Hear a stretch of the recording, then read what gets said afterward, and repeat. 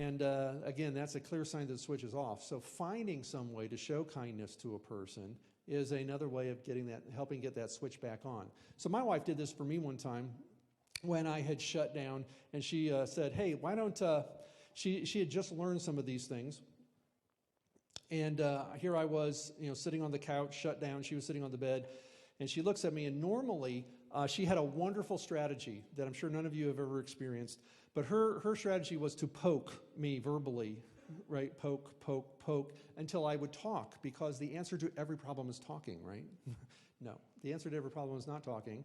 And sometimes when you poke, all that happens is everything that I'm trying to keep in just comes out. So she decided that she had had enough of poking the bear. Said, we'll try a different strategy this time. And she looked at me, she said, do you mind if I come and sit next to you? And I was like, my circuits are off, right? So I don't even talk to her, I just go. And she comes and sits next to me. And she looks over at me, and I'm not making eye contact, right? She looks over at me and she says, is it okay if I hold your hand? And literally, I look over at her, I said, you're not very good at this fighting thing, are you? Because everything in me is prepared to go on the defensive. I am hunkered down, I'm ready here, but I am ready. She is a problem to be solved at this point. She is not a person to be related to. I am solidly over here in the left brain, problem, problem, problem. But when she took hold of my hand, it's like something just melted. You could just, and it was like, pop. There goes the switch. It came on, and next thing you know, I like looking her in the eye. We're having a conversation, and we're talking about the same things we would have talked about a minute ago. It's just the difference in our conversation now is before my switch would have been off, and now my switch is on, and it's a completely different conversation. And that sometimes people help you get there. Sometimes they don't. And that's why mature people learn to recognize when the switch is off and take it upon themselves, say, I need to find a way to get the circuits back on. Now, this next point here isn't so much about getting your circuits back on as it is about keeping them on when there is a problem in front of you. Now, I think Jim calls this sandwich conversations, but I didn't want the word cakes. I wanted the word cake. So instead of a sandwich conversation, we're going to call this an envelope conversation. And it looks something like this, and that is when you have a problem that you have to talk about, okay? You have a problem you want to talk about, but you want to keep the relationship bigger than the problem, because remember, we're talking about remaining relational here. How do I remain relational? How do I keep this switch on? How do I stay my relational self relationally engaged? But there is a real problem here that we have to talk about. How do we do it? Well, you want to take the problem and drop it in the envelope of relationship, which means you lead with relationship, you talk about the problem, you close with the relationship. So lead with relationship, close with relationship, put the problem in the middle. And specifically, you want to lead with the history of the relationship. Now, in some cases, it's like, I just met you. I'd kind of like to get off, but there's a problem here, and I'm hoping we can get off, a better start here. Other times, it's like, hey, we've interacted a few times over the years. And sometimes it's like, hey, we've spent a lot of time together. We've been through a lot. We've been through ups and downs, but you're kind of reviewing the history of your connection with the person. And then you say, now here's the problem, the way that I see it. Do you think there's any way we can deal with this problem where our relationship future will be even stronger than it is now? I mean, because I'd really like to deal with the problem in a way that doesn't damage our relationship. And if possible, it makes our relationship even better. Do you think there's a way we can do that? And what I found is that people who learn how to have these envelope conversations or these sandwich conversations, oftentimes these people stop being so afraid of confrontation. Because before, if you make it about confrontation and you just make it about the problem, when you lead with the problem, your only options are winning and losing. But when you lead with relationship, you're keeping the relationship bigger than the problem, and now you got something else going on here besides just winning and losing, and you're making the relationship even bigger. So I'm sure there'll be more about this tomorrow, but for now, I just want to introduce this tool to you. So that's just a review. The first R is remain relational. Remaining relational is about living with this joy switch on. And the best way to, here's 4 things that you can do to keep the switch on and to get it back on quickly. And it's be curious, find appreciation, show kindness, right, and practice envelope conversations. All right, so that's R. Now we're going to go to A, act like yourself. And acting like yourself, so we go back to the identity centers on the right side of your brain. So once again, you can only really act like yourself if the switch is on and you're being your relational self. Otherwise, what happens is you literally, it says when we live out of joy, you're going to be your true self. But when you live out of fear, you create a false self. And the false self is just trying to get what it wants. It's another way of saying living in the flesh, right? Because the flesh just wants what it wants. And I create false self. My false self is a left brain problem, solving solution that I have come up with because I think it will get me what I want. So, for example, I might act a certain way around a certain girl because I really want her to like me. But it isn't who I really am. And so when she does like that person, now I'm kind of in trouble because, does she like me or does she like this person I sort of created to get her to like, And it's a problem that I have created. What happens with these false identities, we can create numerous false identities for ourselves, and we have a different identity for every problem that we face. And you can imagine what happens to other people or think about yourself when you have to be around somebody whose identity is switching and unstable. You walk on eggshells around that person because you never know who you're going to get. You imagine what it's like having a boss like that. Right? Talk about leadership. When you got a boss and they switch personalities on you from minute to minute, hour to hour, depending on what the problem is that's in front of them, you walk on eggshells around there, and everybody learns to pay attention to the executive secretary. They're like, what kind of mood is he in today? Which boss do we have now? Because it's switching. Well, kids grow up with parents like that. It's really hard on their development. When kids grow up and they don't know which parent they're going to get at any given moment during the day, that is really hard to develop a stable sense of identity for yourself. And you take this on and on, it's really hard to have a stable marriage when you don't know from minute to minute which husband you're going to have or which wife you're going to have, who's going to be there. It becomes very difficult. And so what happens is that fear begins to grow more and more and more, and joy begins to diminish more and more and more. So I remember in one of our conversations, Jim was talking about the difference between people who fear map their world and people who joy map their world. So some people, for instance, they'll walk into a room like this and their relational circuits are on, they're living out of the joy center of their brain, they're acting like themselves, and what they're doing is they're looking around for people that cause their attachment center to light up. And it lights up going, oh, I know that person, hey, and then it goes up to the next part of the brain, which assesses, what kind of relationship that is. You go, oh, yeah, I like them. I'm going to think I'll go sit with them. Or it's like, oh, yeah, I know that person. They owe me money. I'm going to not very happy with them right now. Or, or I know that person. They're kind of scary. I think that maybe I better, avoid them right now. So the assessment part of the brain begins to say, well, what kind of attachment is this? What kind of a light is this? And so what happens is that people, when some people come in and they are constantly looking in their environment for things to appreciate and reasons to be joyful and things to share relationally with other people. And others walk into the same environment and all they are looking for is problems. They're looking for potential problems. And that's why some people can walk into the room and, man, they just, all kinds of things to enjoy. Other people walk in and, man, you can't get them to relationally engaged with anything. And it can go, we could develop this. Again, we could probably do an entire presentation just on fear mapping.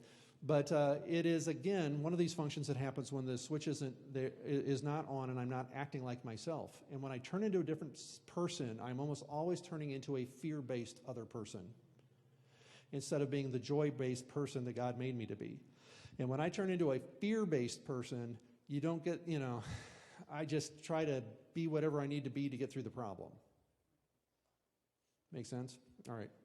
So we call these false selves that we create over here, the left side of the brain to solve our problems, masks. And so we all talk about masks, right? And the problem with masks is that they work. I can put on a front to make you think that I've got no issues, that I've got it all together. It's amazing how many people think that I am perfect, And it's amazing how many people think, I must have a wonderful marriage, and isn't my wife lucky to be married to me because I know all this stuff? And I'm like, no, actually, you might want to talk to her. Because what happens is that a mask, though, is sometimes it's intentionally done, and sometimes you don't even realize you're doing it because you've been doing it your whole life. You've never known who you really are. You've never had a stable identity of your own. So you've constantly been creating identities on the fly to face whatever problems you got to face. And as a result, you get into what should be your adult years. And instead of being this stable, joyful adult, you're this unstable, fearful, anxious, depressed person who isn't quite sure, what to do. And then you get made leader. Here, you're in charge. Why are you in charge? Well, because you're really good at problem solving. Right? So why do most managers get up to be managers? Why do most leaders get to be made leaders? It's either because they've just been there longer than anybody else, or it's because they're better problem solvers than everybody else. So which part of the brain is problem solving? It's the left side of the brain. What side's missing? Right brain. Now, get this straight. We're not looking for right brain leaders. We're looking for whole brain leaders. Now, here's the question. Do you do better problem solving when you are joyful and relationally engaged? Or do you do better problem solving when you're isolated and distressed? Most of us, if not all of us, right, we don't do our most magnificent thinking when we are isolated and in emotional distress. We do much better thinking and much better problem solving when we are our relational self and our joyful self. So the good news here is that when your switch is on and your right brain is functioning, you actually get a better functioning left brain too. And because the right brain is faster than the left brain, and because it is first before that, we call this the fast track, and we call this the slow track. And also because technically it isn't just the right brain. There's a lot of other things going on here than just your right brain. And so this is the fast track, and this is the slow track. And so what happens when we are living out of the slow track is you can't act like yourself. So you ever do this? It's like, we talk about this in marriage conferences, marriage retreats that we do. And you can tell when my partner's switch has gone down, when my wife's switch has gone off, I'm like, who are you and what happened to the person I married? It's like, I don't remember you being like this. And there are plenty of times when it's right back at me. It's like, who are you? Sometimes you're the 56-year-old leader of a ministry, and sometimes you're more like a 6-year-old. It's like, who do I got here today? What's going on? And again, when that happens, it means not only has the switch gone off, but the switch has gone off because I don't have the skills over here to keep it on. I don't know how to stay myself in this situation. I've never learned how. And so there is a whole lot of training that has to go on. This isn't just a choice, like I'm going to choose to keep my switch on today. No, these are skills and habits that have to be practiced over and over and over again until what begins happening in the brain is called the myelinization, begins forming like a pathways in your brain of white matter, and when white matter develops in the brain, now these skills that you've been practicing become habits. And the beauty of a habit is it shows up before you even think about it. So if you have good habits, good relational habits, they tend to show up even if there's a problem on the table, because that's just who you are, and it's how you handle things, and it's how your brain has learned to do things. But if you don't have that white matter over here, you've actually developed white matter around bad habits, we got a double problem, don't we? I not only don't have the skills to do this in a positive way, I have developed bad habits about how to handle the situation. So it means there's going to be a lot of retraining that has to take place here. So are there decisions in this? Yes, there's a lot of choices in here, but it's the kind of choice that says I'm going to go to the gym today, not the kind of choice that says, well, today I'm going to be strong. And so we work on these things. Okay, so that's A. So we had remain relational, we have act like yourself, we go to return to joy. Returning to joy from what? Okay, first of all, we're returning to joy from the fact that my switch has gone off. So what is the main thing that causes my switch to go off? Is that I have experienced an upsetting emotion that my brain does not know how to get the switch back on from. So my switch goes off when some kind of upsetting emotion has come along, and I don't know how to stay relational with that emotion. I don't know how to act like myself with that emotion. I turn into a different person. So These are called variously the big six negative emotions, or I call them the sad emotions, and because they spell sad when you write them out the way I do. So it is shame. So shame, the first emotion, shame is that feeling that makes you want to hang your head, you're not happy to be with me, right? That's shame. There's a healthy shame that says, yeah, I screwed up. You really shouldn't probably be happy to be with me right now. That causes repentance that leads to life and is very restorative relationally. But there is an unhealthy, toxic kind of shame that just says, being me makes everybody unhappy. Nobody is happy to be with me because I am me. That's a very unhealthy, toxic kind of shame. Anxiety. Now, there's a difference between anxiety and fear. Technically, this word ought to be fear. But again, I needed an acrostic, and sad didn't work, so we're going with anxiety. Now, fear is kind of that right brain reactionary thing, like, oh my gosh, I'm way up high. Look at that. I hope I don't fall. My heart, raising fear. Okay. Whereas anxiety is about my thinking and about my imagination about the future. And so and all of us have the capacity to imagine a future we cannot handle.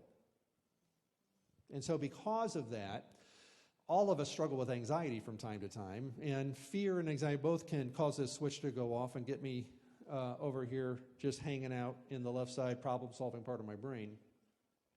The next one is disgust, and disgust is yuck. I don't want this around here. It's that impulse to vomit is kind of the yuck factor.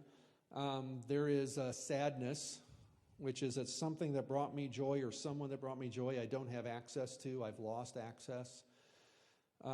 There is anger. That is, I just want this thing to stop, right? I'm done with this. I am so done with it. I just want it to stop emotion. And then there is despair. And despair, again, is this idea that something is hopeless. And it's hopeless because, I don't have the time or the resources to solve this problem. It's just beyond anything I can do anything about. So again, what happens is returning to joy doesn't mean that these emotions disappear and you're happy. That would be nice. That's not what it means. Returning to joy means that even though I am feeling these emotions, this switch can stay on. Or if the switch has gone off because I'm feeling these emotions, I have the ability to get it back on. And if I can get the switch back on, then I can suffer well through these emotions. And if I can suffer well through the emotions, I'm not afraid of them. See, because what happens here is any one of these emotions that you cannot return to joy from, any of them will automatically become something that makes your world smaller. Because you're now going to have to avoid anything that causes you shame. Or you're going to have to avoid anything that causes you sadness. Or you're going to have to avoid anything that causes you fear or anxiety. But if you don't have to be afraid of that emotion because you can return to joy from it, your world expands and it becomes an adventure to be lived. Hey, let's go out and do all these things. That's why you frequently find, one group of people who just like, let's go take this and let's go do everything. And they don't, and there's another group of people that are like, no, we don't want to do anything, And it's hard to get the two in alignment. And sometimes these people just get angry with those people or frustrated with those people and back and forth. And they don't understand that what's going on here is that somebody has a weakness and they need help. And the weakness is they haven't learned how to return to joy from that emotion. It's too overwhelming for them to contemplate. What we need to do is we need to be gentle towards their weakness, tender towards their weakness, and see if we can't help them return to joy and learn how to return to joy from this before we just get mad at them that they can't do it. Or shame them that they can't do it. Like, really, you're in a position of leadership and you can't do this yet? Or my personal favorite, you're the pastor and you can't do this yet? Having been a pastor for 7 years, I heard that a few times. Okay. So how does one return to joy from relational upset, from emotional upset? And the pattern here is VCR, validate, comfort, recover. That R has changed a few times, right? Sometimes it's just validate, comfort, return to joy. Sometimes it's validate, comfort, recover. Sometimes it's validate, comfort, reprogram or repattern. They all work, okay? That's why it changes. They all work because what we're doing here is we're trying to teach our brain a new pattern for how to deal with a particular upsetting emotion. And the two key things here are validation and comfort. Now, you might hear comfort, you might think right brain, but actually comfort in this case is a left brain thing. So what we're doing here is saying that when it comes to an emotion, the first thing that should happen is validation. Now, validation is simply two things, and that is name the emotion and how big it is. And if you can name the emotion accurately and how big it is, you have validated the emotion. Now, notice, validation does not mean you have to agree that somebody should be feeling that way. So if I'm sitting here and I'm talking to my son, and he's scared to death of the fireworks, and he's like, oh, Dad, the fireworks scare me. They're big and bad and, scary. I don't have to agree that he's scared of them, but I have to correctly identify. So this is really scaring you, isn't it? This is like at a scale of 1 to 10, this is like an 8. You just really don't want to be around this, do you? If I'm correct, I've identified this is in fact what you're feeling, that's validation. Now, if I say to him, and he's scared, and he's like, oh, I don't like fireworks, and I said, why are you so sad about these fireworks, bud? He's going to go, what? Because you're not going to feel validated if I'm not accurate. So you got to be accurate about the emotion and what's going on. And what that does is you are meeting the person in that emotion, and someone is being relationally engaged with them in their emotion. So there is a right brain to right brain connection that's taking place in spite of the upset. Very important. Has to come first, right? Because the fast track goes first, and it goes faster, so the validation has to come first. If you don't validate first and you go straight to problem solving, because comforting is basically problem solving. Comforting is like, well, you know what we could do about this, bud? Since this scares you so much, let me give you a new perspective. I'm trying to comfort him. Fireworks aren't going to kill you, right? They're not going to set our house on fire. They're not going to, come down here and it's not going to blow your eardrums up, when it gets really loud. And I kind of let him know what it's not going to do. And then we start talking about, well, what if we have some popcorn and sit together and make a game out of this? And I'm giving him another perspective. And what I'm trying to do is make the problem small enough that it's within his capacity to handle. That's comforting. It becomes comforting to somebody when you are able to help them see their problem in a way that makes it small enough that they could handle this. So there's a lot of different ways to do that. But what happens over time is that the more often that I have an emotion and someone validates it and helps me return to joy, comfort, and return to joy from it, my brain goes, oh, so that's what that looks like. I think I could do that. And your brain begins to pick up on it, oh, so that's how you do that, and you begin over time to learn the skill for yourself. But somebody has to show you what that looks like and kind of walk you through how to do that a few times generally before your brain begins to pick up on the idea, oh, I think I could do that. I should try that. And once you've tried that a few times and your brain learns to do it, after it eventually becomes a habit and myelinization starts happening up here, white brain matter starts to build around it. Next thing you know, when that emotion comes up, your immediate reaction is not overwhelm. It's, oh, I know how to handle this. I know how to get back to joy from this because it's been practiced so many times. So if people don't have the skill and you want to teach them the skill, validating, comforting, and recovering is very important. In leadership settings, this is also very significant because a lot of leaders are not very good at validating the emotion of the people they work with. In fact, most leaders are very good at just making the whole relationship about problems. And if you can't fix the problem, you have become the problem. And that's all there is to the relationship. And how much fun is it to work in that environment? Everybody wants to work in an environment where they're either fixing problems or they are a problem, right? No, nobody wants to work in that environment. That's the very definition of a toxic environment. So what we're talking about rare leaders is what we're actually talking about as mature leaders. We're talking about people who have developed the emotional capacity by building these skills to be that they have good relational and emotional habits that not only can they return to joy themselves from upsetting things and act like themselves through the upsetting things, but they can actually kind of read where you're at and help you get through it too. Have you ever had, a boss like this or a coach like that? Somebody who, when you were upset, they met you in that emotion, were actually able to comfort you and your performance improved because you were comforted? Versus somebody who just relied on being angry and shaming to get you to perform? Makes a world of difference. So if we're going to return to joy, this is the pathway. This is the big 6 emotions we return from. VCR is the pathway back. And there's one other thing that we need to do if this is going to become a pattern for us, and that is we have to establish a rhythm to our lives. So what you see in the picture is a brain at rest and a brain working out. So if you know anything about working out, when you're lifting weights, are you building muscle? Answer is no. Your muscles don't grow while you're lifting weights. What's happening when you lift weights is you're damaging your muscles. And then in the rest time in between, your body repairs the muscle, and while it's repairing the muscles, they grow. So the things that your body to do to grow your muscles actually takes place during the rest time after you have worked. So again, you can have opposite extremes here. You have some people out here who are just resting all of the time, and they're basically avoiding life and not doing anything. And you've got other people who are just going, achieve, and they don't know how to rest. Both of them you will end up in a bad place. One will burn you out, and the other one, you're just going to get left behind. And so what we need is a rhythm to this. So in some of the life model literature, you will hear the terms Joy Camp and Joy Mountain. And Joy Camp and Joy Mountain are directly related to this idea of building a rhythm into your life where there are times when you are working hard and there are times when you are resting. And what good leaders do is good leaders make sure that their team and their group gets this.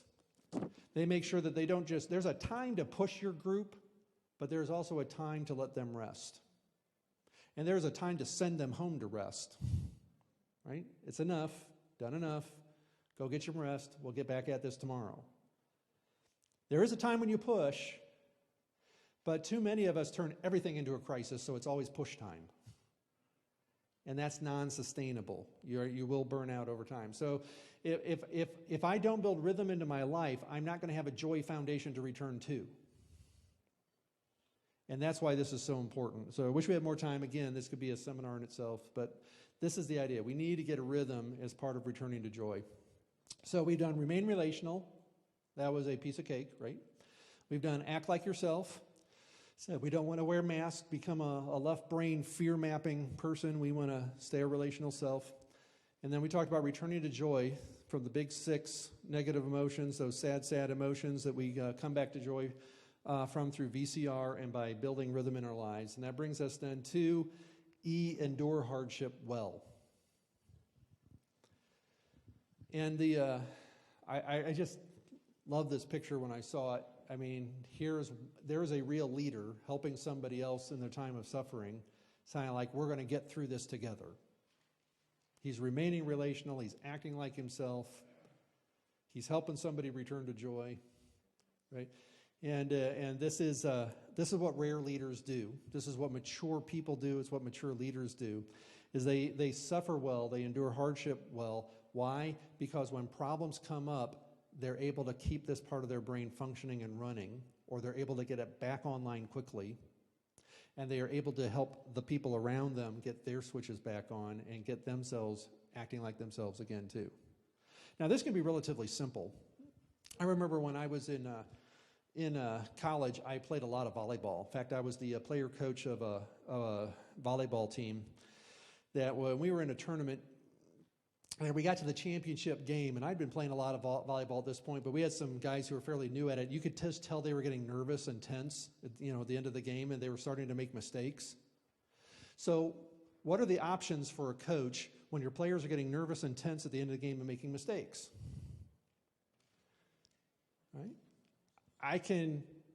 You have become a problem because you are making mistakes, and I am going to shame you into better performance. Does that work very well? Has anybody found success with that? I've never seen that be very successful. So we called the timeout, and I looked at the guys. I said, all right, everybody take a deep breath and hold it. And I modeled it and then I'll blow it out. I said, all right, we're doing it again. And blow it out. And I was like, does anybody know a joke? They're like, well, I heard of one. So, well, what is it? You got to tell us the joke. And I'm like, okay, that's a good joke. I said, it makes me laugh. That's good. I said, now listen, everybody kind of relax, because what I need you to do is go out there and be yourselves. Because if you go out there and be yourself, chances are we're going to win. Okay? But if you go out there and you try to be somebody you're not, and try to be perfect and try to make it, we're in trouble. So just deep breath, laugh. We went out, and I can't remember the last thing that happened, but I remember we broke that little time out, and everybody went back on the court. We were laughing when we went back on the court. Guess what happened to their performance? Right? Went way up because, as a leader, I was able to see where their emotions were at, meet them in the emotion, and help them validate the emotion, comfort them, get them back to joy so that they could be themselves, and we won, right? So that's, even if we had lost, that would have been successful, but we did win. So just thought I'd throw that in there. Okay. All right. So when we talk about this, what we're talking about in enduring hardship well or suffering well, what we're really talking about is capacity. And that is, how much capacity do you have? And you can think about this in very just almost materialistic, physical ways, and that is, how big is the joy center in your brain? Or, as we sometimes refer to it, the joy bucket in your brain. And that is, if you have a very small joy bucket, not very big joy center, it's kind of like, and you get a whole lot of stress, what happens? Well, it overflows, it erupts, bad things happen. And generally, one of two things happen. Things either shut down or they blow up. And so what we're looking for here is, I want to grow my capacity to handle more stress without it blowing up or without it shutting down. Now, the good news here is that I grow that capacity largely through growing my ability to experience joy. That's good news, isn't it? It's like the way that I learn to suffer better is by building more joy in my life. I was a little relieved when I heard that, because, most of the time when I hear about suffering well, all I hear is suck it up, cupcake. It's like I don't get much of the of that joy. Now, there is a time to say that to somebody, by the way, but if that's all they ever hear, we've got a problem. And so what we're trying to do is build the capacity for relational joy, fills up that joy bucket. As the bucket fills up, this part of my brain literally has the capacity to grow for as long as I live, as long as I'm continuing to build in experiences of relational joy with other people. So maturity then is measured by your capacity to endure hardship without losing the first three skills. So that's what is suffering well? It is handling problems, left brain stuff, while still remaining relational, acting like myself, returning to joy, helping others return to joy. All right, the maturity is measured in terms of the stages of life: infant, child, adult, parent, elder, which we'll look at just briefly. And again, that goes back to the fact of an infant, 7-month-old, versus a child, 7-year-old, versus adult, 17-year-old, versus a parent, 37-year-old, versus an elder, 77-year-old. You should have a growth in emotional capacity and relational capacity. Sadly, not always the case, is it? We have a lot of people, in the adult, parent, and elder stages of life who are still stuck in child and infant level of maturity and capacity. And because of that, it takes a child or infant level amount of stress to overwhelm them and cause them to turn into a different person. Now, there's a lot that could be said on this, and do oversimplify, but I just want to, let's apply this to leadership, right? We have infant leadership. Now, this is not too difficult. You think about it this way. When you go into a baby's room, when a baby has a problem, what are they good at doing? Crying, fussing, whining. They are really good at letting you know they're upset. Does the baby ever say, "It's the diaper"? No. Do they ever say, "I'm hungry"? No, right? The baby has no capacity to tell you what is wrong. All they can do is let you know they're upset. And it becomes your job, like the mother, to go, "I wonder what's wrong with baby. Could it be the diaper? Could it be and you learn your little checklist to check off with them. And that's how you kind of recognize when you're dealing with an infant, because they can't tell you what's wrong, so you have to develop this mental checklist for them to kind of pre-diagnose and basically mother them. And that's why you find a lot of leaders who have this level of maturity have an executive secretary or somebody like that who's more like a mother to them than anything else, because their job is to try to figure out, what's got them in their funk today, and how do we get them out of it? That makes sense? So there's more that could be said again, but this is one of the core characteristics of an infant-level leader. Then we have child-level leaders, and I actually put the wrong slide up. Okay, but I'll explain it anyway. Same picture, wrong words. Okay, the child-level leader is someone who's very good at telling you what they need. So you think about it, when you go from being an infant to a child, it's like, I got to go potty, I'm hungry, I'm tired, I want this, I want that. And some of you live with little kids and they're very good at telling you what they want, constantly, all day long. So you can imagine this. Imagine a world in which 75% of men live at infant level maturity and 75% of women live at child level maturity.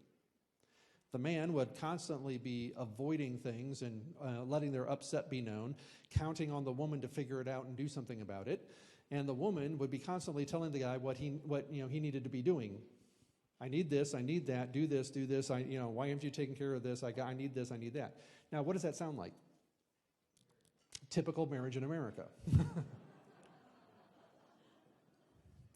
Right? And unfortunately, this is part of what then you add into that mix that they're trying to raise kids, and you have a huge amount of overwhelm,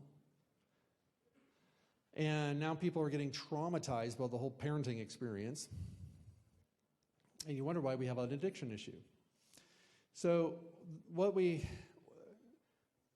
this slide is meant to say is I look at the infant stage as the grace foundation for life. Just like we have a grace foundation for our walk with God, we're supposed to get a grace foundation for our life, and that means I don't have to do anything to earn it.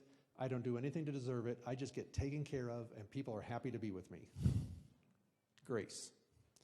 Then we get to the child stage of life, and that's the wisdom stage of life. And what's supposed to happen here is that I am supposed to learn the wisdom of how to take care of myself. And I'm supposed to learn the discernment to distinguish the difference between what's good for me, what's bad for me, what's worth working for and waiting for, and what's just temporarily satisfying. And I'm supposed to learn the discipline to say no to the things that are bad for me, and the discipline to say yes to the things that are good for me, so that I am now spending my childhood practicing the art of working hard for the things that I know are satisfying, and waiting for the things that I know are satisfying. And what that does is it teaches me the wisdom of acting like myself. It gives me a very firm founding. It's like me to do this, and to wait for this, and to work for this. And so the wisdom years. So what happens is if I don't get a grace foundation for life, guess what happens? I remain an emotional infant for the rest of my life, unless there's intervention and I begin doing something to overcome that. What happens if I don't learn wisdom as a child? I enter into my adult years in an extreme deficit. I'm going to remain an emotional child the rest of my life unless there's an intervention and things are done to correct what has been missing. So what we're looking for is adults. I'm not even going to talk about parents and elders at this point. We're just going to get to adult level maturity here, and that is adults then have these 4 skills. They remain relational, they act like themselves, they return to joy, they endure hardship well, and help other people endure hardship well. And these are adult level skills. And as we get to the parenting level, it just gets, we find ourselves wanting to do that for our own people, and then when we get to, or our own family, and then when we get to the elder level, we want to do it for our people or our community. So this is the foundation that we're laying for. So if you want to know what is the life model all about, what is this all talking about? This is kind of what we're talking about here, right? It's the idea that maturity is developed as I earn it by learning and practicing the skills that it takes to return to joy again and again and again from all these hard things. And learning how to build a rhythm in life. All these things, they go into building habits and skills that are characteristic of maturity, and that what the church desperately needs, what our leadership world desperately needs, what our families desperately need are more mature people. Which takes us to the leadership application. So let's take the whole brain science thing and apply it to leadership and the definition of leadership. So let's go back to right brain, left brain. What is right brain mostly about? Relationship, right? And emotional regulation, but relationship. And the left brain is primarily about problems. Okay, so let's apply this to the definition of leadership. And the right brain says relationship, right? So it is, leadership is creating engagement, and the left brain says in what matters. So the left brain job in leadership is to say, this is what we need to be doing as a company. This is what we need to be doing as a family. This is what we need to be doing as a football team, right? This is what we need to be engaging in. This is what really matters. Now the right brain's saying, okay, let's create engagement around that. How do we get people to engage in what really matters? And that's leadership. How do we, we got to define it, and we got to get people to engage in it, and that's whole-brained leadership. It's not just right brain, not just left brain, it's whole brain. So that's the definition. Now, what we see in corporate world today, I think was summarized in an article in the Harvard Business Review. And I'll just read it briefly. They coined a term here, sandbox leadership, that I just sort of fell in love with. It says, in the past few months, we've seen childish attitudes reflected in the halls of government and corporate boardrooms across the country. Arrogance, pouting, tantrums, personal attacks, and betrayal of trust seem to be the order of the day. Situations at Hewlett-Packard, Yahoo, and News Corp demonstrate the kind of sandbox leadership that is all too prevalent right now. So what's sandbox leadership? People can't play well together, right? So, the timing could not be worse. The nation's current problems, as vast and overwhelming as they are, appear secondary to the whims of spoiled children who are unwilling to play well together. At a time when we need solid, grounded leadership more than ever, we seem to be in short supply of adults who act like, well, adults. So do you see why we're talking about maturity tonight? If you're going to have a healthy community in a church, you have to have mature leadership for the community. If you're going to have a healthy corporate environment, you've got to have mature leadership in that group and in that community. I just want to point out here, notice when this was written. How many of you thought this was written last month? Right? 2011. Right? This is 6-7 years ago. I mean, this was a while ago. It is and the problems are not with a lack of maturity in our culture are not getting better. So the way this happens is that when your right brain is turned off, right, the joy switch is off, it's shut down, you don't have access to your attachment center, your identity center, your joy center. When that's turned off, then you go over to the left brain, and now shame, fear, anger, disgust, sadness, the big six negative emotions, the sad emotions, we use those to motivate ourselves to get things done. Ever do that? Like, you are such an idiot. What is wrong with you? When are you going to get this right? You ever talk to yourself like that? Or, I hate it when this happens. I'm always making mistakes. Or you get mad at yourself. Or maybe you're a procrastinator. You put things off to the last minute. Why? Because you need the adrenaline rush of fear to get anything done. And so what happens as this goes on is after a while we train ourselves that in order for us to be productive and get things done, we use these emotions to motivate ourselves, and it becomes a habit for us. Now, do you suppose that's a habit of maturity or immaturity? As you can see, right, this means that this switch is off if I'm using this for my motivation.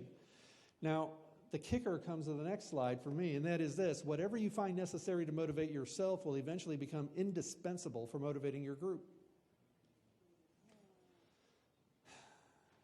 Played a lot of sports in my life. I've had a lot of different coaches. Let me tell you.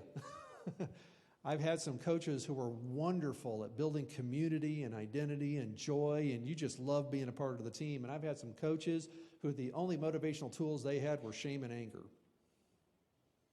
And you know what happens when the only motivational tools you got are shame and anger? Everybody wants to quit. And it's just a question of whether or not you're going to stick to your promise to play on the team. But you don't want to be there.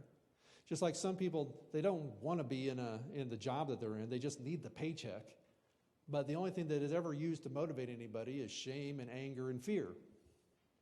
Right? Or some of the other emotions can be used as well, but those I find the most common. And because of that, you create a toxic environment because you're using these emotions to motivate other people. So guess what the solution is? I've got to develop some right brain skills. I've got to learn how to live remaining relational, acting like myself, and returning to joy. I've got to start applying that to the way that I lead teams and lead the groups that I am with, and not rely simply on, hey, you know what, if we don't do something about this, it's all going to fall apart. You know, that's my only motivation. That's going to get really old really fast.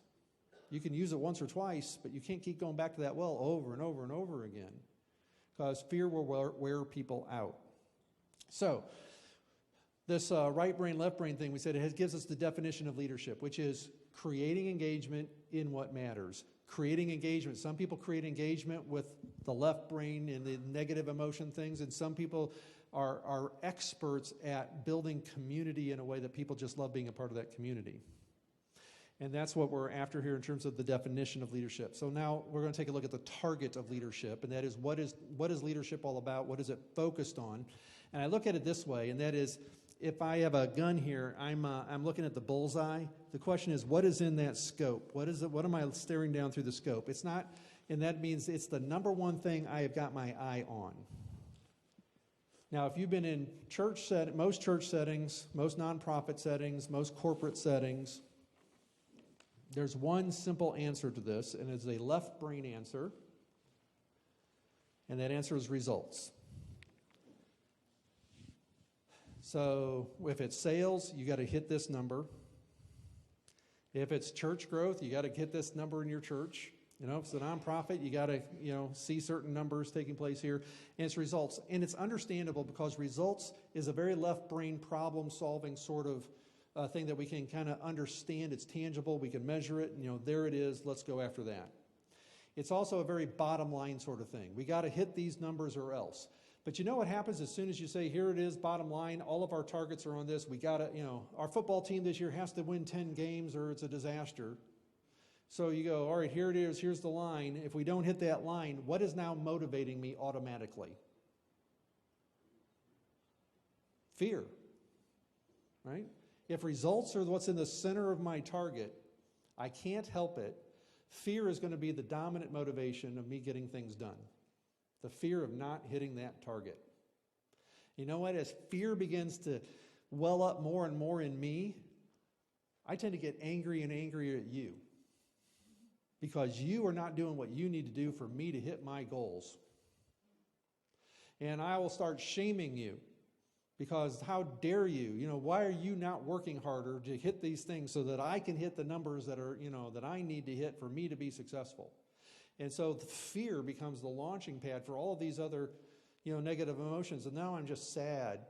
And you don't want me to be sad, do you? Colin, you should work hard because, you don't want me to be sad.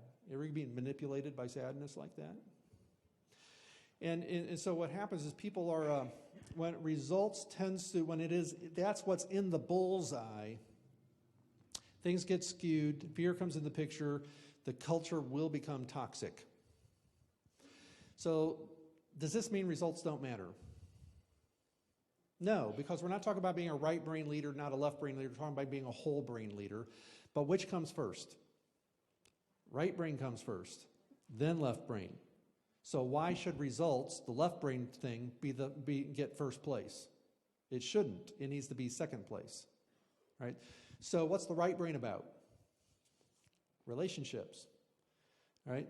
So we're going to take a look here. So results are important, but they're not our primary target. They create a fear foundation for engagement, and they justify toxic motivation to create that engagement, right? Now I forgot I had all that up there. Okay. So the right brain target then, instead of results, we're going to put the word identity up there. What we're talking about now is the group's identity. The group's identity. And that is, as a leader, what needs to be in the center of my target is what sort of people do we want to be? You think about some groups that do this really well, and I think of Marines. The Marines, it's like we're the first ones in, we're the last ones to leave, we handle ourselves like Marines, win or lose. Now, is winning important? You better believe it's important, but you know what's even more important? That they act like themselves in what they do. And you look at this, and the best football teams, you see this as well. There's a Packer way to do things. There's a Cowboy way to do things. Who's the team around here? Houston or Cowboys? Did I just split everybody? Okay. So what you end up is, so you end up here, but the best coaches build an identity that people buy into, and they love being a part of it. And guess what happens? When you're a part of a group and you love being a part of that group, nobody has to hold you accountable to put in more hours or to work on things, because that's just who we are. That's how we do things around here. Right? So if you can create identity, you're going to get a lot of the things that you're after with the left brain results anyway. So it answers two questions. Who are we, and how is it like us to do things? That's what a group identity does. It answers two questions. Who are we, and how is it like us to do things? So you say, these are my people, and this is how my people do things. And leaders who can create that are going to find themselves getting pretty good results most of the time. So aiming at the group identity builds belonging around what matters. And it's like, this is what matters. Let's all, get people to sign up, join up, who's with me kind of thing. All right, you're in, let's go. And we'll talk, belonging is what's created from that. And belonging creates identity, because as soon as you have said of a group, these are my people, it means you have a sense that I belong with these people. And once I feel like I belong with these people, I now have an identity. This is who I am. These are my people, and this is how we do things. And so one of the things we find is that there's a kind of a left brain side of identity, and that is like, I'm a saint, I'm a child of God, I'm beloved. And there is a right brain part of identity, and that is my people like me. My people, I find joy with my people. I find joy with God. I find joy with the people that I'm with. That's the right brain part of identity, that I'm somebody who brings joy to God. Now, that's a pretty cool identity. And that's a right brain experiential one that I don't just memorize. And so identity, therefore, drives behavior, because when I know who my people are and I know who I am, then I know how it's like me to act. Which is why it doesn't say in Titus that the law teaches us to say no to godlessness and worldly passions. It says grace teaches us to say no to godlessness and worldly passions, because grace creates community and grace gives us identity. And those two things are far more powerful in transforming behavior than mere beliefs. So what all of this does is it gives us a new paradigm for leadership. Right? This definition and this target is going to give us a new paradigm for the way that we go about the leadership task. And this start with understanding the old paradigm. So anybody know who this picture of? Yeah, thank you. René Descartes. So René Descartes is probably taught more people Latin than anybody else, because most people know 3 Latin words: cogito ergo sum, right? Which means I think, therefore I am. And many people said those 3 words launched the Enlightenment. And also what they did is they taught Western civilization that the most important thing about being human is your ability to reason, the left side of your brain. And so for the last 400 years or so, Western civilization has been teaching us that the most important thing about us is the left side of our brain. Your ability to solve problems, your ability to think, your ability to reason, your ability to communicate, with beliefs and thoughts and ideas. That's the most important thing about you. And so guess what happened when the Enlightenment gave us this very left brain model? Christianity reacted to this very left brain model and said, well, we can be more left brain than you. You think you're so smart, watch this. Right? And we came up, our whole apologetic system is totally left brain. Our theology is totally left brain. Our discipleship agenda tends to be totally left brain. And we wonder, what is broken with our discipleship factory? Why is our discipleship factory not turning out the kind of disciples that we want?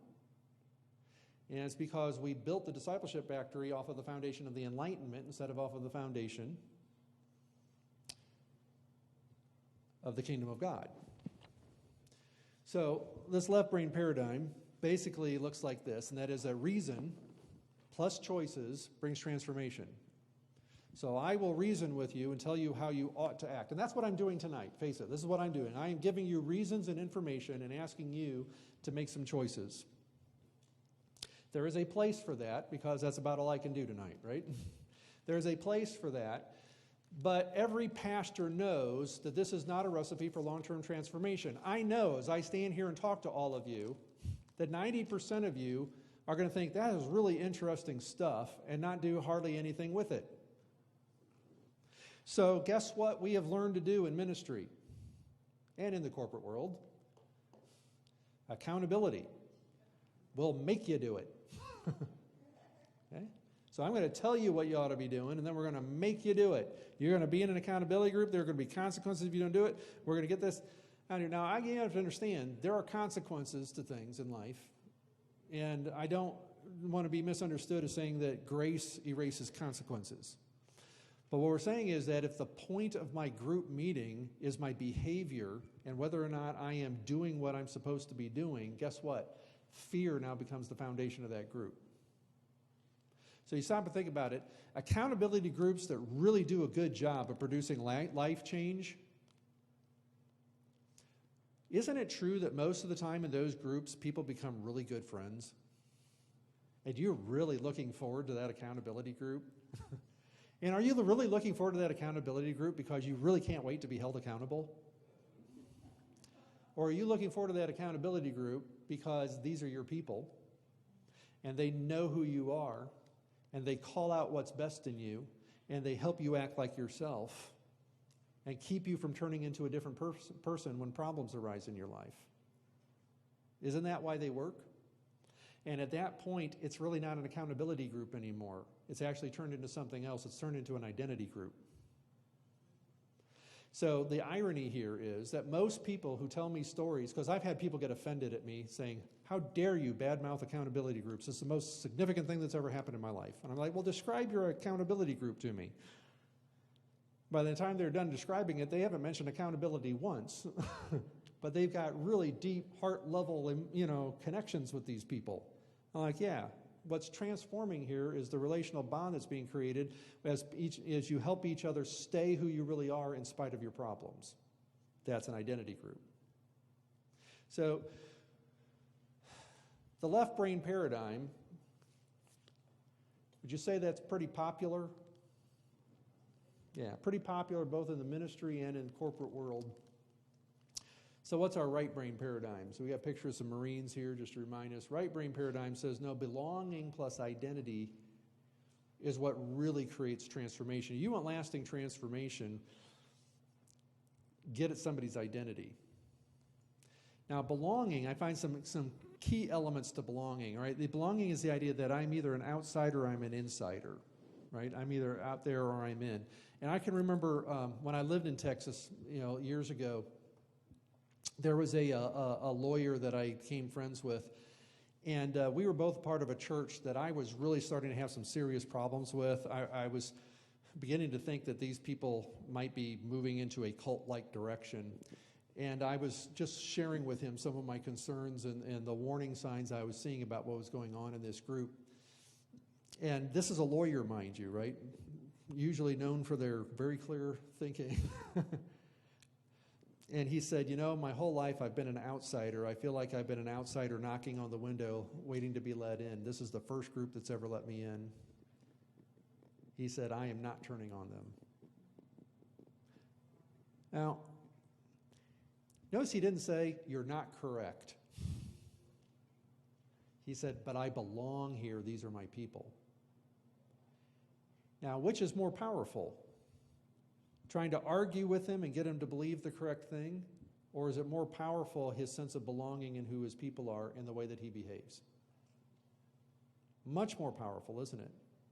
Now, I know Dr. Wilder's going to be developing this tomorrow. This is going to be, a big part of the focus here, is the power of belonging. The power of this paradigm is applied to discipleship in the church.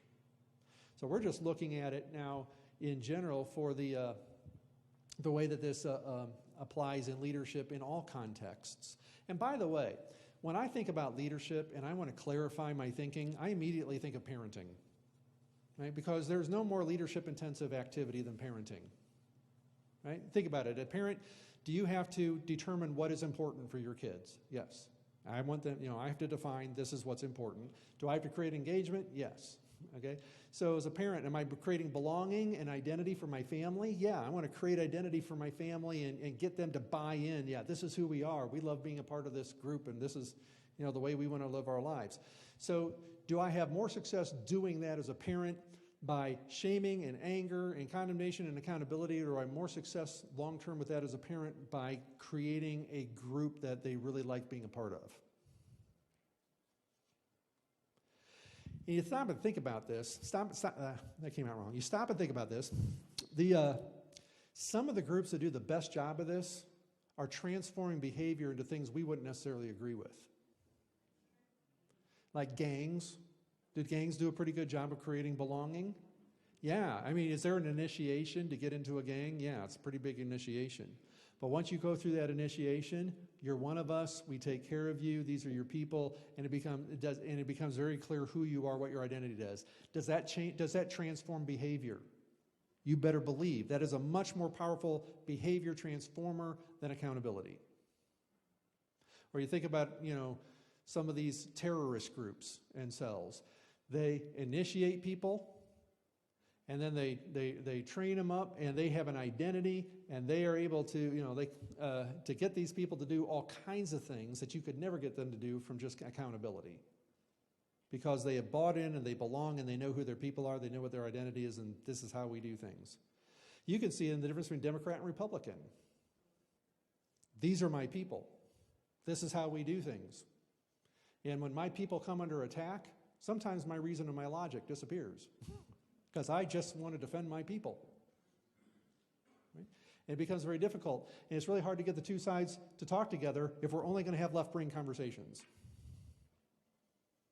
And you could apply this to almost any kind of situation that you have when you've got conflict. Generally speaking, the reason that the conflict is unresolvable is because people insist on having a left-brain to left-brain conversation about it, and nobody's taking the time to make the relationship bigger than the problem.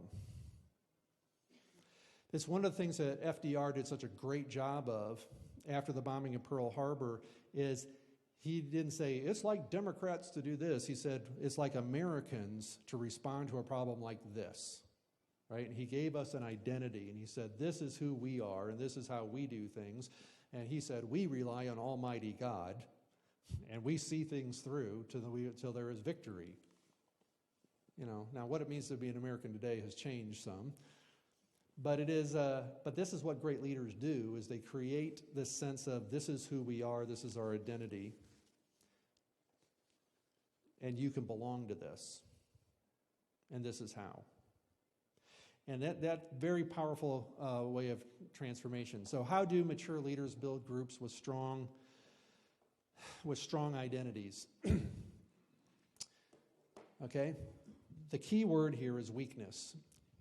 The key to building belonging and healthy belonging with a positive identity from a kingdom perspective has to do with how do you treat weakness. It starts with the question, how do you treat weakness in yourself? And then you move to the question, how do you treat weakness in other people?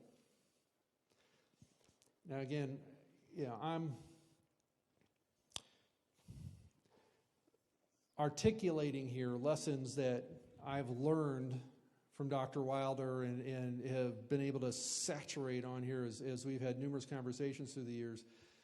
But this idea of weakness was really a revolutionary concept when he introduced it to me. And it's this idea that the weak need strong in order to grow, don't they? That seems kind of self-evident. Like if a person is weak, they're not going to get any better if strong people don't pay them some attention and help them. But what is less intuitive, perhaps less obvious, is that strong people don't grow unless they're helping the weak. You ever notice that sometimes churches can become comfortable? And when they become comfortable, they become stagnant. And what's happening when churches become comfortable and stagnant is that the strong are all hanging out with each other and nobody's reaching out to the weak anymore. Or they're just writing checks for somebody else to go help the weak. But they themselves don't have relationships with anybody who's weak. And so they hang out together, their kids hang out together, and they're very comfortable with each other. And then they're wondering why, where's the zip in my Christian life? Where is the, where's the energy? Why am I not experiencing the same fervor that I used to have? And a lot of times it's because I've stopped reaching out to the weak. Now, this can go the other direction too, where you're doing nothing but reaching out to the weak all of the time, and you're burning yourself out, and you don't have any people to come back to recover, and you can make the opposite mistake. But that isn't, and that is a big problem for some people in ministry. But this is big. So how you treat your own weakness drives the way you treat weakness in others. In the same way that if you motivate yourself by shame and anger and fear for yourself, you're going to use it to motivate others. In the same way, how you treat your own weakness is going to tend to be the way that you treat other people's weakness. And so I look at it as if I get disgusted with my weakness, guess what emotion I tend to feel with your weakness? Got to deal with this. And that's actually one of the problems that leaders deal with a lot. Sometimes it's like, yeah, really? We got to go through this again? You guys haven't learned yet? I mean, you ever feel that as a parent? I got to teach you this again, really? And that's disgust. But a lot of times the reason that this is coming up so much is that if I look underneath, I get disgusted with myself a lot too. And I rely on that disgust to motivate myself to make changes. So in the same way, how we treat weakness in ourselves will drive the way that we treat weakness in others. That's why it's hard to show other people grace if we aren't willing to receive it. So in order to create a group identity that treats weakness properly, you need to have strong protector leaders. So one of the synonyms, so you can think about, they got three terms here that we're going to talk about that all mean basically the same thing. A rare leader is a mature leader, is a protector leader. Okay, and a protector leader is defined by somebody about how they treat weakness. So let me give you three animals here that can kind of help us think through this. I got this from Joy Starts here. The book talks about possums, predators, and protectors. And a possum, you think about it, what are possums really good at? Right? They play dead. Why do possums play dead? Because there are predators who want to eat them. And so they play dead because they know they're too weak to stand up to these predators, and they want to be invisible to them. They're hoping to just be left alone. And so in any group setting, you're going to have these three kinds of people. You're going to have possums, you're going to have predators, and you're going to have protectors. And possums are the people who are too weak to defend themselves, too weak to have their own voice. And they kind of learn to just sort of defer to and try to avoid predators as often as possible. So a good day at work for them is to not be noticed. And the slogan, the bumper sticker slogan of the possum is, I don't do confrontation. Especially in leadership. If you got a leader who won't do confrontation, they're probably, they're very possum-like behavior. Now, predators, on the other hand, so the possums, in a sense, they are the weak. Predators are people who prey on the weak. So predators are constantly scanning their environment for weakness so they can track it, so they can use it against you if they ever need to. So a predator is willing to be your best friend as long as you're helping them win. Because really the only thing that matters to a predator is who wins. And they're going to win, and you're going to lose. Or you can win too if you want to join me, but I'm going to win. Right? And so because a predator is all about winning, as long as you are willing to help them win, they'll be your best friend. But while they are being your best friend, they are tracking your weaknesses so that if you ever get in their way and become an obstacle to them winning, they can use that weakness against you. Now, I will say this, everybody is born predatory. All right, everybody here, the cutest baby in the world, was a born predator. That's why babies stick things in their mouth constantly. Nom, nom, nom. They want to see if this is food. And if it's food, they never just set it aside and say, I think I'll save it for later.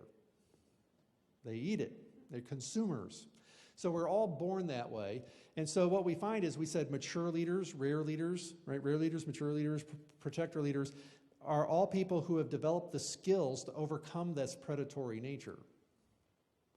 And then possums are created by trauma because trauma has taught them or has kept them from developing the skills they need to thrive, and it has taught them a self-identity that doesn't thrive. And so you can also think about this then, because predatory behavior is something that has to be developed by skill and overcome, we all do predatory things sometimes. You can't just say, well, that person's a predator, all they ever do is predatory things. Or this person is a possum, all they ever do is possumy things. Is that a word, possumy? Anyway, but you can think of it almost like on a scale of 1 to 10. You know, some people are very much this way, and some people are a little bit this way, but we all have a little bit of all of this in us. But what we want and what we're striving for is we don't want to be predator leaders, we want to be protector leaders. Now, there's a protector leader, are mature leaders who are required in order to build a healthy group identity. Now, the reason we have an elephant for this is that I read a story some time ago about in an elephant herd. Now and then there'll be a young buck who will be big and strong and realize that he's big enough and strong enough to pretty much do whatever he wants, and he'll just start goring animals because he can. Or else out knocking over trees just because he can. He's kind of going rogue, rogue elephant. So how does the herd deal with rogue elephants? Well, the big bull elephants, a couple of these big older bull elephants will literally come and slam into the younger elephant. There's usually 2 of them doing this, coming and slamming into the younger elephant. And what they're doing in their nonverbal ways, they're saying, that's not how we do things around here. If you want a healthy community that's got a really good sense of belonging and identity, you've got to have more protector leaders than predator leaders, because you've got to have enough protector leaders that you can have at least 2 of them slamming into this person saying, it's not how we do things around here. Because you know what happens if the numbers are reversed. If you've got 1 protector leader and a whole bunch of predator leaders, you know what happens, right? The protector gets crucified. He gets driven out, gets trampled, gets shamed. It doesn't work. And that's why it isn't enough just for one person to be a protector leader in any given situation. The culture has to become a culture that develops protector leaders. It has to be a culture that is teaching maturity. And the only way to teach right brain relational maturity is not with a textbook. You can only teach right brain relational maturity in relationship. And that's why the best thing, the gift that the church can have, is a lot of elder level maturity people who can kind of be salt and light in a community, and they help to carry the weight of all that's going on. And they're the older elephants that can kind of slam into the younger elephants when they're getting out of line and say, it's not how we do things around here. But when you don't have that, there's almost no saving the culture. It doesn't matter how many teachings you give, how many books you read, or how many conferences you hold. Because protector leaders are needed to stand up to the predators, and without them, the predators will always take over. Protector leaders call out what is strong in possums, and they create belonging for the possum. So the possum begins to say, you know what, I belong here too. I'm one of these, I belong here as well. I'm part of the team. I'm part of the identity. Look at it this way. If you've ever been in sports, you can appreciate this. You've been in a locker room. Ever been in a locker room that was run by bullies, predatory bullies? What happens to weak players on a team where the leaders are bullies? Right? They get thrown in lockers. They get verbally harassed. They get, picked on. Their weakness gets picked on. And then when you talk to the bully about it, what do you get? Self-justification. Well, I was just doing it for their own good. They needed it. They just needed a kick in the pants. They'll justify their behavior. If you have protector leaders and there's weak players on the team, what happens to those players? They get mentored, right? Somebody makes sure those guys get help, that they don't stay weak. And so, which team would you rather play for, right? And what we're looking at here is we say what we're looking for is we need protector leaders who are mature enough to stay relational when there are problems on the table and not turn into different people just because there's problems confronting them. And if we have enough of these protector leaders and they begin to outnumber the predator leaders, you can transform a culture. But sadly, protector leaders are rare. It's not just an acrostic. And that's what we're trying to change. We're trying to turn this thing around by making people aware of it and how you go about building these skills and building these kinds of transformative behaviors. So with the time that I have left, let me just give you a few of these things that can help. First of all, if you are going to become a protector leader, let me give you one thing that can help you act like yourself, develop the skills to stay that person, and that's appreciation. Now, appreciation, I have an acrostic because I have trouble teaching without them. But this is, the word is games here. Do you see that? Games, G-A-M-E-S. And gratitude refers to what do you have to be appreciative in the present? Let's just say the last 24 hours. What do you have to appreciate from the last 24 hours? Name it.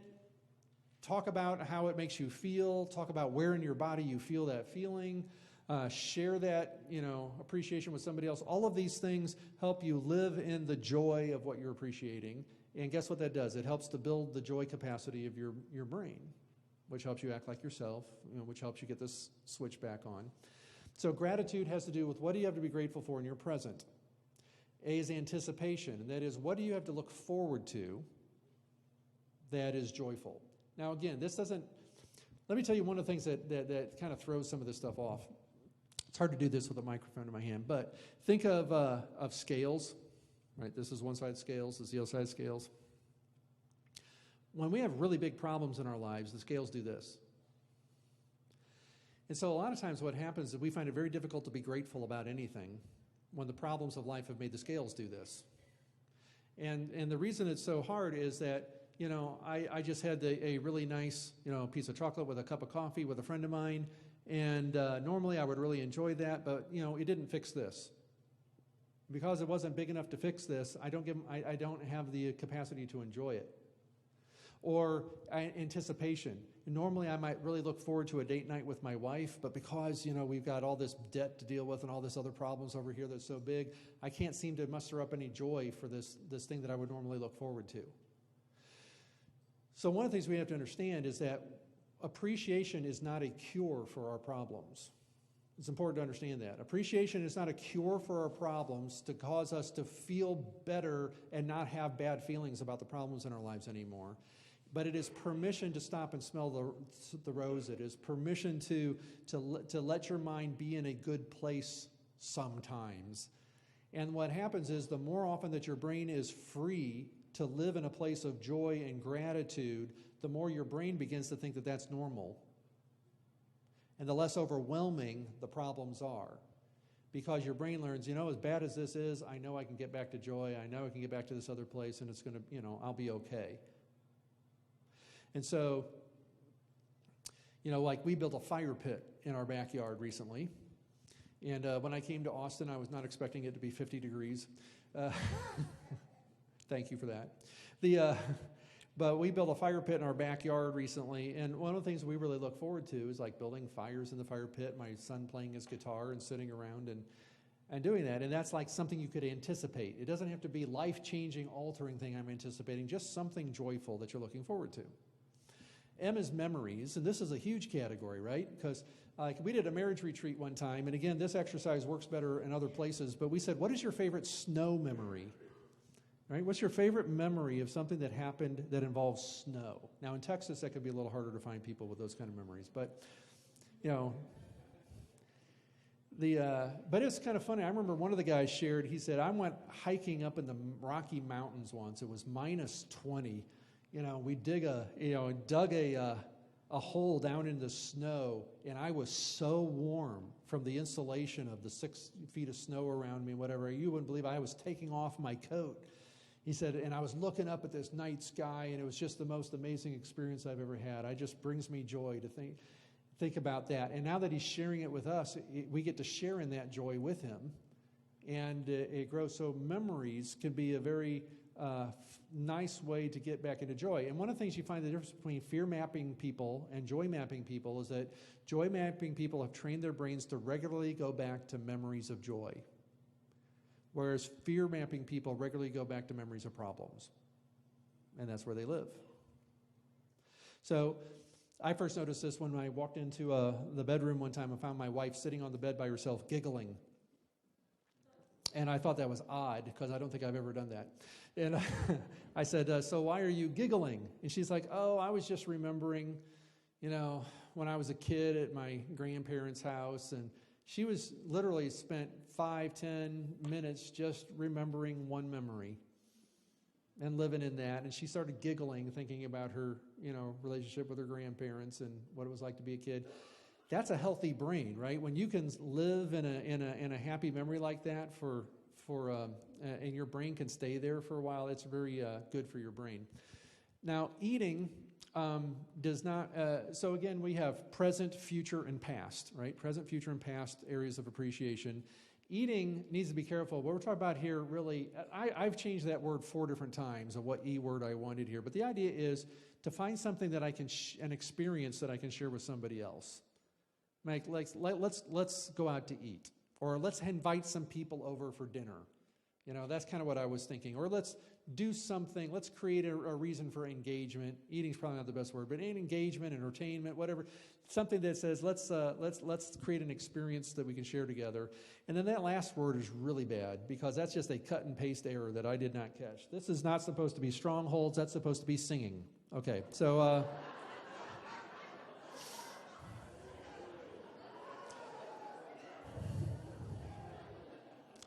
Yeah. Anyway, there we go. Be gentle with my weakness. Here we go. This is, that's supposed to be singing. And singing is the idea because singing is one of those things. You ever notice when you're down or you're troubled, sometimes singing out loud can kind of help recalibrate things. It brings the left and the right brain together into a better synchronization.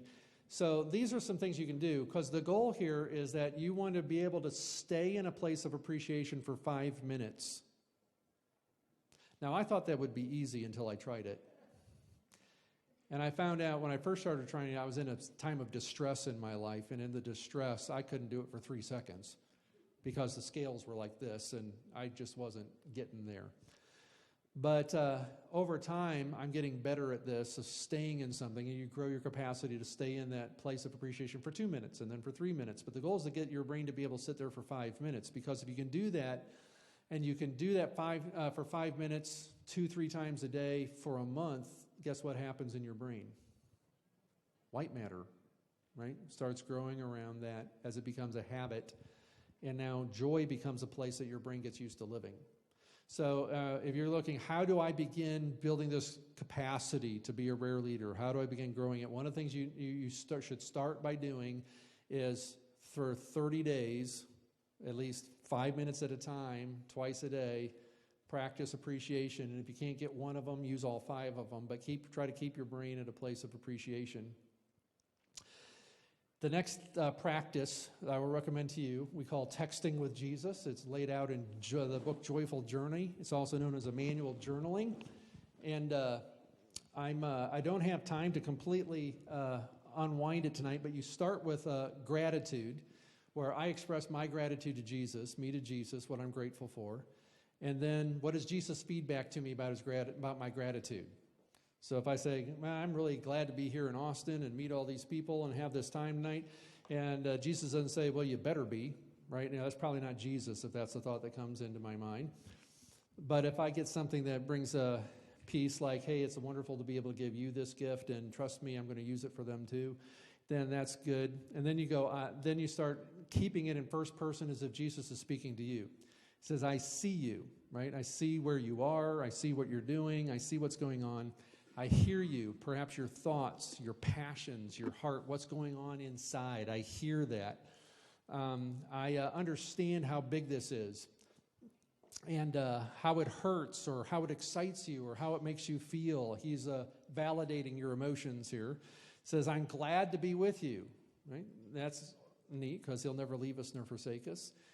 And he said, I am also strong enough to do something about this. And you can trust me with this. And so what you do is when you write these down is you're just writing down what's the first thought that comes to my mind when I ask these questions and write it out. And you do it like texting because, some people are what we call professional journalers. And every time they, get a question like this, they're off. Okay, 2 pages on this one and 2 pages on, and that's okay. I mean, I'm not condemning that. But for this purpose, what we're trying to do is keep it short and simple and moving. And what we're not saying that every word that you're taking dictation from the Holy Spirit. That is not what we're saying. But what we're saying is that you are trying to get your brain in sync with God's brain. And somewhere in there, you're trying to find a place of peace where you feel like, no, that is a thought I think God would want me to have. And so you're doing this exercise to try to find a place of peace where your thoughts get more in sync with God's thoughts than they were when you started. Does that make sense? So this is another tool I'd encourage your practice and development. And in general, then, we all need a maturity workout, right? So our maturity workout in the book, we identify 3 items. And it is imitation, intimacy with God, and identity groups. I've already discussed identity groups. Identity groups are people that you need in your life because they're going to help you act like yourself, stay your relational self, no matter what problems you're facing. Imitation is the same thing, that there are people out there who have skills you don't have that you can see them, how they handle things and go, so that's what that looks like. Wow, maybe I should try doing it that way. And then intimacy with God is, again, practicing listening prayer and building a walk with God where we can share everything with him. So there are no problems that we ever face with which we cannot be relational with God in the midst of them. And if we will do these things, then we will be well on our way to building the kind of maturity that creates rare leaders who can be the kind of protectors who can build strong cultures of belonging.